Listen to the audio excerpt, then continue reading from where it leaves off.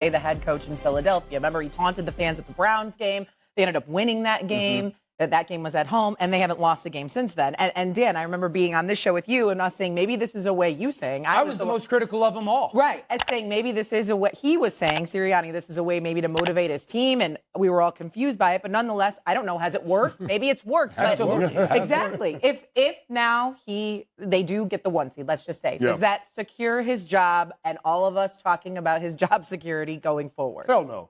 Okay. No. If they're one and done in the postseason and the reason why they lose is a coaching gap by Nick Sirianni, his job security is going to be called into question. And remember, even with the 1 seed. Even with the 1 seed. That, to me, that puts more pressure on Nick Sirianni because it shows you that he has a supremely talented team. Howie Roseman has gifted him a roster that should make a deep playoff run, a roster that's capable of getting back to the Super Bowl. If they fall short and they underwhelm in the postseason like they did last year, losing to the Tampa Bay Buccaneers, then I think it's on the board that Nick Sirianni could lose his job, especially considering what's going to be available in the coaching pool this hiring cycle. Remember, you're going to have Bill Belichick and Mike Vrabel available. Remember, this was also the same franchise that waited a couple of weeks until after the season was over with to say that he was coming back. This is also the same franchise where the general manager and not the head coach was the one to go out and hire his new coordinators after the guys that he had last year failed miserably.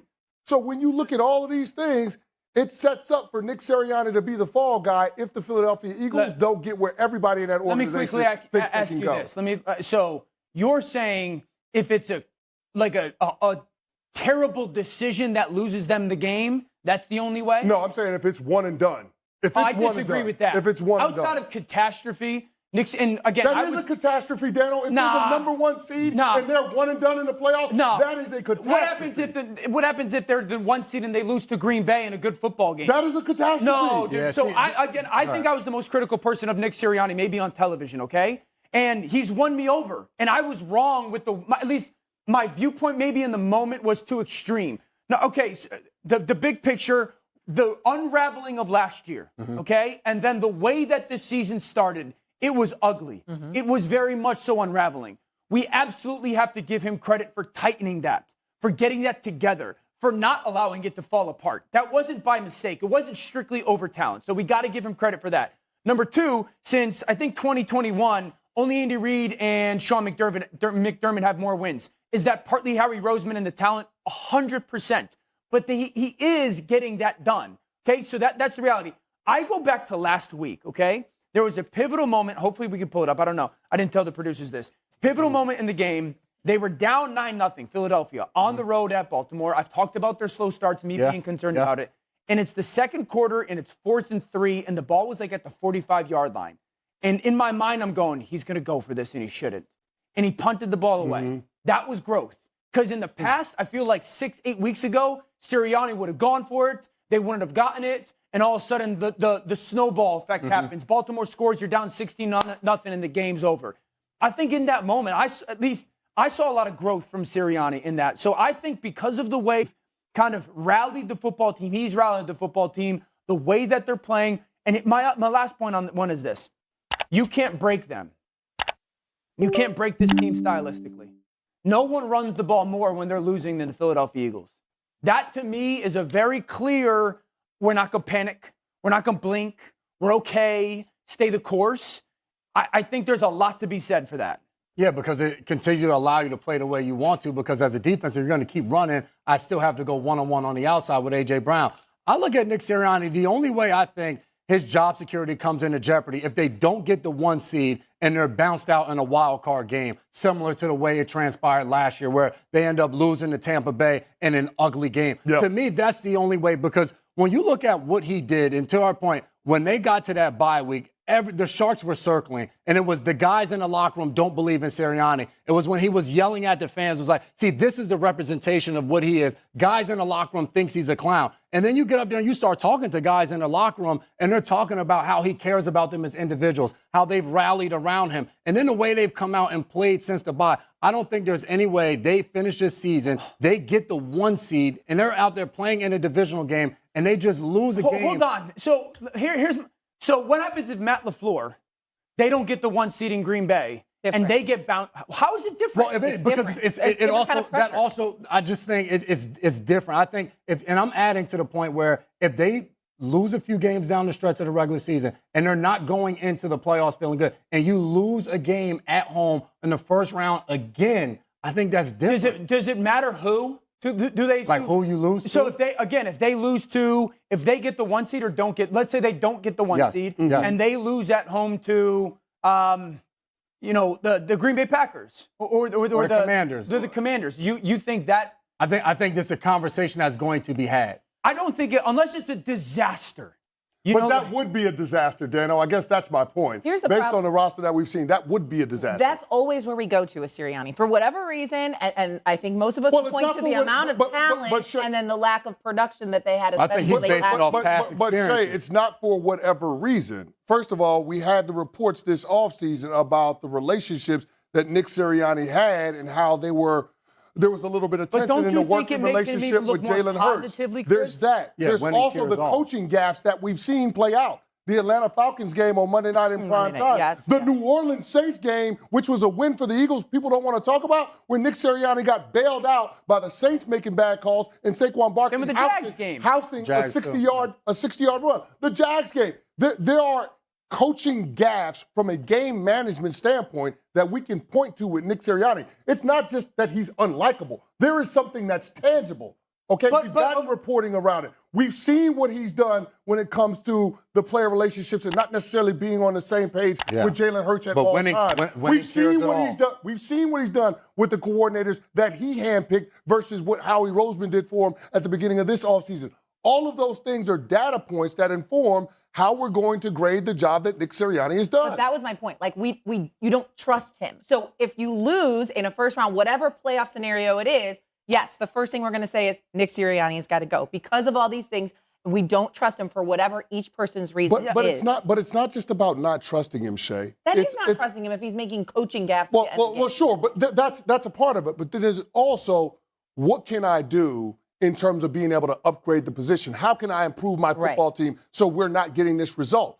Or bounce the first playoff game that we had in back-to-back years. Because when you look at this Philadelphia Eagles roster, the biggest question that I have, Dano, is when is it going to get better? When is it going to get better than what Philadelphia has on the field right now? From a positive perspective. From a positive standpoint, when is the team going to get better than it is right now? Howie Roseman, again, in the running for Executive of the Year because of the talent and the guys that they've added since the Super Bowl. Saquon Barkley is an MVP candidate, and he might not be a top 2 player on the team. He might not be a top 2 player on the team. There you go. There. That's a whole other conversation because here, okay, so I was the person who said, like, out of the playoff coaches, I would trust them the less. But I also have to change the way that I'm viewing it. Things have changed. I agree with a lot of those coaching gaps. That's why I wanted to make the point of the punt of last week. I think outside of, like, the disaster, I think he has to get credit for the reports being out there about the relationships and maybe the strain or whatnot, and that seemingly fixing or seemingly improving it. We have to give, if we're going to kill him over that, we have to give him credit for that. We have to give him credit for the growth of the way that he has kind of matured over this season and maybe getting out of the way a little bit. I think the 2 points that when it comes to the style of and some of the conversations, number one, I have had conversations with people who have said the philosophy of the way that they're going about offense has changed. The philosophy of they want to break the record for rushing attempts. That's hard to do as a head coach to maybe, because he's a pass-centric head coach, right? He played wide receiver. He wants to score points. That's the way that they've always played offensively, okay? So you got to give him credit for that. But Dano, you're operating as if it's a choice of Nick Sirianni's. He's not the one that's calling the plays. He's the head coach of the football team. Yeah, but he's not. He had no choice. The head coach by name. Yes, I think the head coach, yes, you have to give him a ton of credit. They had no choice but to start to run the ball because you watched the way the season was unfolding early on. The players went to him in the bye week and said, run the ball. But Chris, how much choice do you have? You didn't hire your offensive coordinator, and you're an offensive coach. How much choice do you have? You still have a choice, Chris. We think we got a what? I've gone to a coach before and said, stop doing this, and he doesn't. And they got him fired. And in the beginning of the season, if they weren't running the ball the way they were, you're going to just say only Kellen Moore decided to change his mind? Like that is a coaching staff where we come together and a head coach is the leader. When everything goes wrong, you have to blame him. When things are going right like they are right now, you have to give him the credit. The last thing I'll say on it is this. A well-respected coach there that I know has said to me, Dan, he's my favorite coach that I've ever worked for. And this is a guy that's been a lot of places. He's coached with a lot of great coaches. For him to say that, I do think speaks volumes for the way in totality. Again, I was very strongly opinionated on Sirianni. I do think he's warranted the at least opportunity for us to have a different perspective of him because of everything attached outside of, like, yes, the winning cures everything. No doubt. Covers everything. Outside of the wins and losses. What's up, Eagles Nation? Welcome to Eagles Nest News, your go-to source for everything about our Philadelphia Eagles. Today, we're diving into the incredible season Saquon Barkley is having. Could he actually be the MVP this year? Let's break it all down. But first, don't forget to hit that like button, subscribe to the channel, and ring the bell so you never miss any updates on the birds. Saquon Barkley, in just his first season with the Eagles, is making NFL history. The man is absolutely unstoppable.